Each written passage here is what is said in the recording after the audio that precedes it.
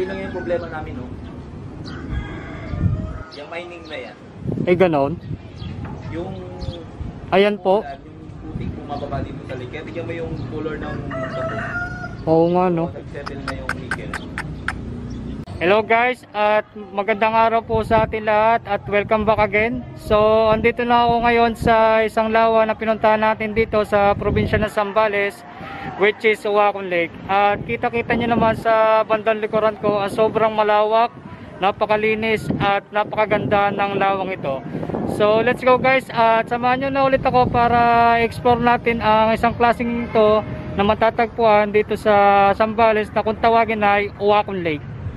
Hey guys, nandito na ako ngayon sa may Uwakon Lake at ngayon ang gagawin natin ay magtutur tayo sa kalawakan nitong Uwakon Lake at kasama natin si Kuya Roy para itur tayo sa Uwakon Lake. So let's go guys, at exciting na akong i-share itong Uwakon Lake para sa inyo at makita natin ang kagandahan at kalawakan nitong Uwakon Lake. Let's go guys!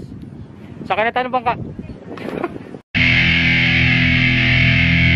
Alright guys, nandito na nga kami sa Uwakon Lake at palos na kami para itur tayo ni Kuya Roy dito sa Uwakon Lake. So, let's go guys at explore natin ang lawang ito.